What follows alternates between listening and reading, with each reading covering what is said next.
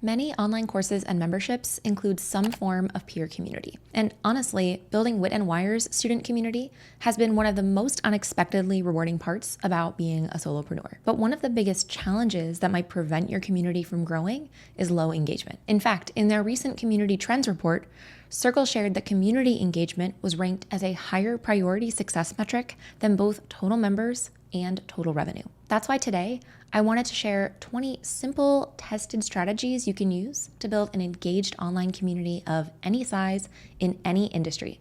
Starting with tip number 1, break the ice. When a new member joins, it's important to share clear onboarding instructions to help them get started. And as part of that process, I often recommend inviting your new students or members to share an introductory post in a specific channel or space. But it's not solely to say hi to their peers, although of course that's a nice benefit. Instead, this matters because the act of creating an intro post is actually a low-stress way to teach new members how to literally participate in your community. So by posting once, getting comfortable with the tool, and then getting affirming hellos and welcomes from peers, it can break the ice and create a positive first impression about posting. And that makes them far more likely to post again in the future. Tip number 2 is design with intention. When you create your community in a platform like Circle, you'll be able to create multiple spaces or channels for different purposes. You can also create different types of spaces, like a post space for discussions, an event space for calendars, or a course space for curriculum. But when you design your community, and I think especially when you're first getting started, I would strongly recommend paring down the number of spaces you need to just the essentials. For example, I currently use one discussion space per course.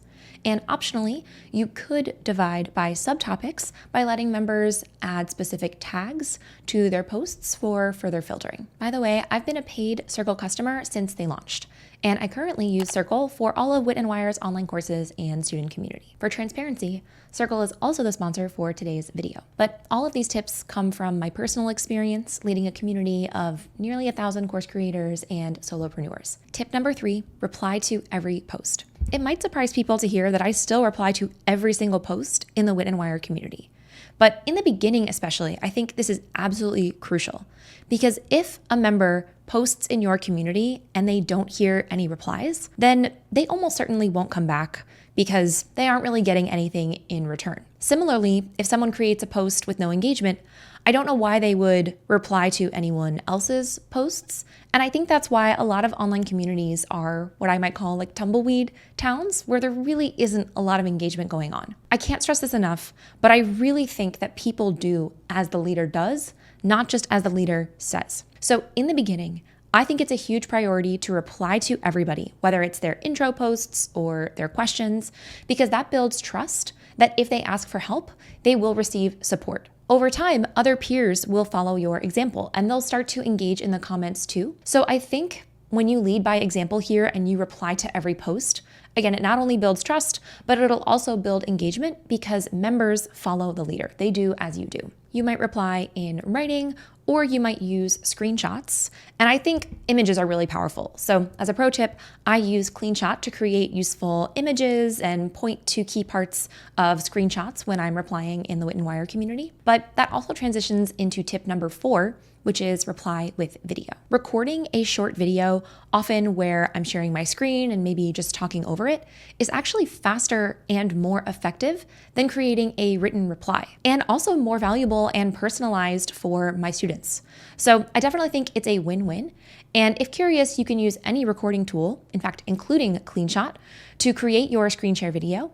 And then if you use a platform like Circle, you can drag and drop it directly into your comment reply, and Circle will host that video natively. Tip number 5, host live coaching calls. Not only does this give you a chance to offer feedback and support to your members, but it also helps your members get to know each other. And interestingly, I have found that the students who show up on my calls and get to know each other, they build this sense of familiarity and camaraderie, and that boosts their engagement in the community, in the discussions. Because when they see each other on the calls, I think it makes it easier for them to participate in those written discussions. To scale, you might also consider tip number 6, which is invite external experts. You might have these experts lead workshops or join panels.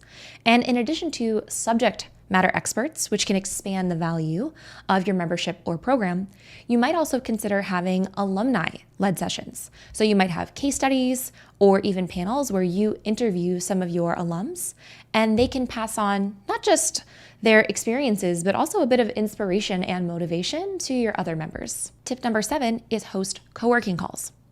Often, people don't need information.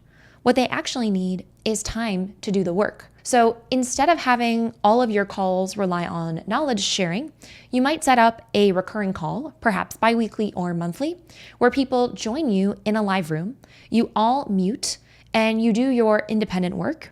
And although it sounds simple, this really does boost accountability and create a little bit of camaraderie as though you're working together in an office. Now, since we've been talking about helping students and providing feedback, I also wanted to share tip number 8, which I'm calling Don't Be a Doctor. As the leader of your community, people will naturally come to you for advice. But counterintuitively, I don't see my goal or yours as being the person to prescribe answers the way that a doctor analyzes and perhaps prescribes either medications or next steps. Instead, I think it's more fitting to think of yourself as a teacher or a coach whose goal is to guide, but also to empower people to make decisions on their own.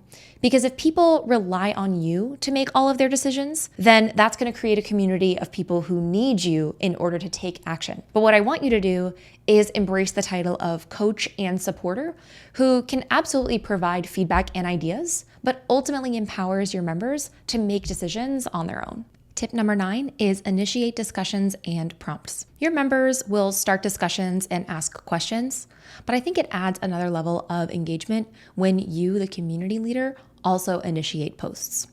One example might be an accountability post where either monthly or you could do more or less frequently, you ask people to commit to goals or to share their recent progress. Another option is to start a poll and maybe see what members have recently chosen or what they're currently prioritizing. These posts often give members permission to participate and join the conversation, but as a community leader, we shouldn't have to do everything by ourselves.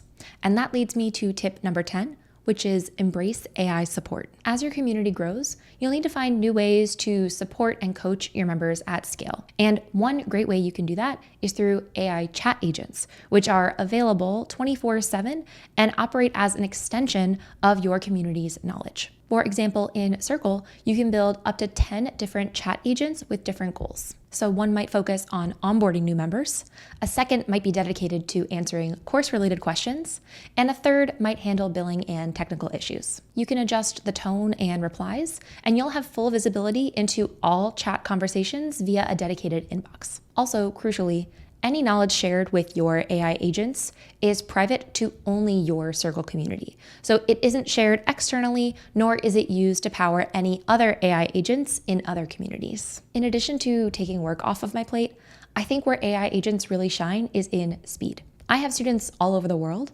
and they can now get responses 24/7 to a lot of the more straightforward questions that I've often answered personally or through the support of a VA.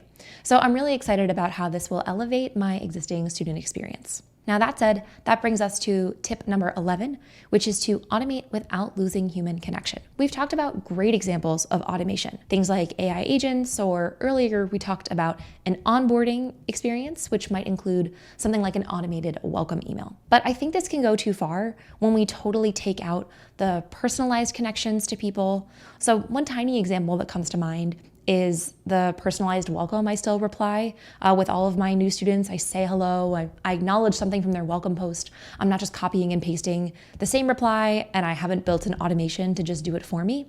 I like to actually get to know my members, and one way to do that is through a short but genuine reply. So I think that the communities that will succeed over the next few years are the ones that automate to take work off of their plate and to scale and to enhance the member experience, but that don't totally get rid of that crucial and personalized human touch. One specific way that you can stay connected is through tip number 12, share updates. This is optional, but sometimes a quarterly email for students or a monthly email for your members can be a great way to share what's new, what's coming up, and if you have any opportunities for them to engage or be featured. The other benefit to this quarterly or monthly update is the fact that it helps people re-engage and come back into the community if they've maybe taken a pause or some time off. So I think it's a great way to keep people in the loop, even if they've turned off notifications or if they've left the current goals of the program just temporarily. Tip number 13 is to enable one-on-one connection. Community platforms like Circle have great DM features, which allow your members to connect with each other and even to start group discussions. But as a feature itself, the DM option is a great way for students to connect, which can deepen their accountability to their goals and also their general enjoyment of the community when they build those connections with other peers. Another way you can build connections is through tip number 14, create a directory. Circle builds this for you automatically, but having a directory is a great way for members to see who else is in the community, to filter based on things like location or maybe interest, and then ultimately to reach out and to deepen those one-on-one connections. Tip number 15 is celebrate accomplishments. Your members are working hard towards their goals, and too often we all feel behind or like we haven't done enough. So I think celebrating our accomplishments is huge. It gives your members a boost to see the love from their peers and to really just for themselves celebrate their big moments.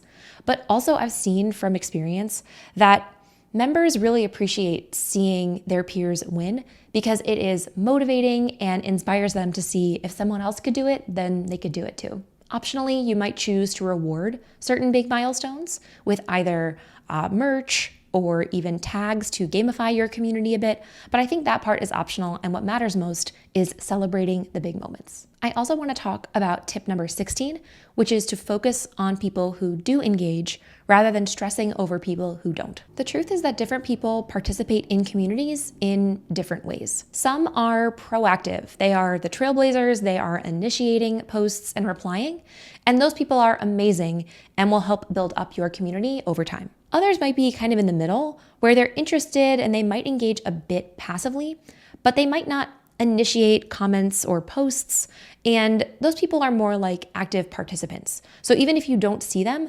your efforts will still be felt. Then we also have people, especially if you have a community with your online course, who might not be, community people. They may have joined for the knowledge, but they don't want to participate in your community, and that is absolutely fine. My tip to you is to not stress about the people who aren't engaging, and instead just focus on the people who are.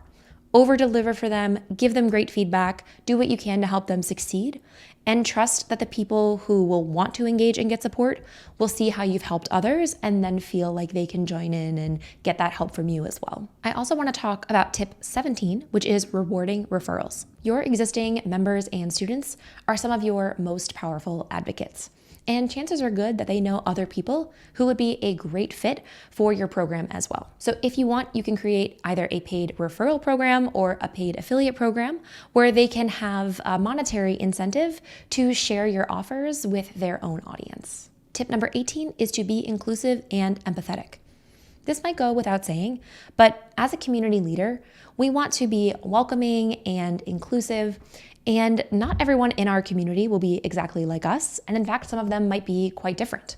But I think one of the reasons why Wit Wire's community has been so successful is because I just try to keep an open mind towards everyone and all of their ideas, and I like to believe that that attracts people who feel the same way and who genuinely want to be helpful and supportive. So I think this is one area where we lead by example, and I think that empathy is such a huge key to running a successful and enjoyable online community. Tip number 19 is a bit more logistics oriented, and that is to consolidate your tools. The simpler your program experience is to navigate, the easier it'll be for people to participate.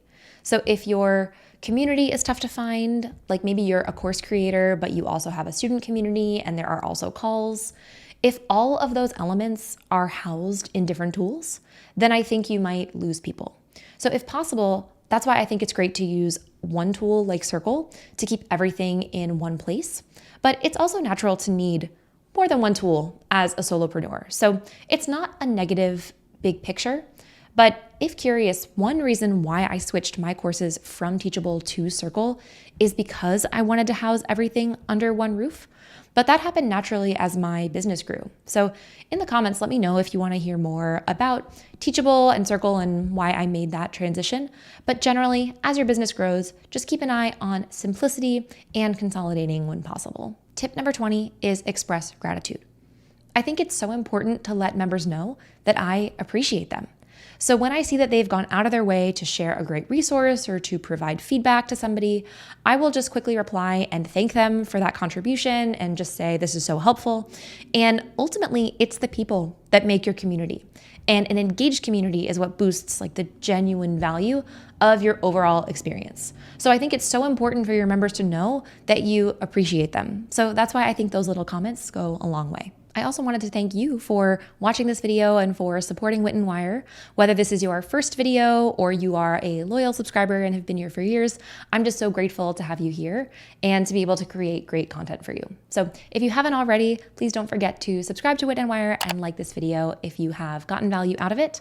And you can visit witandwire.com/circle to check them out for yourself. And another huge thank you to Circle for sponsoring this video. I'll see you soon.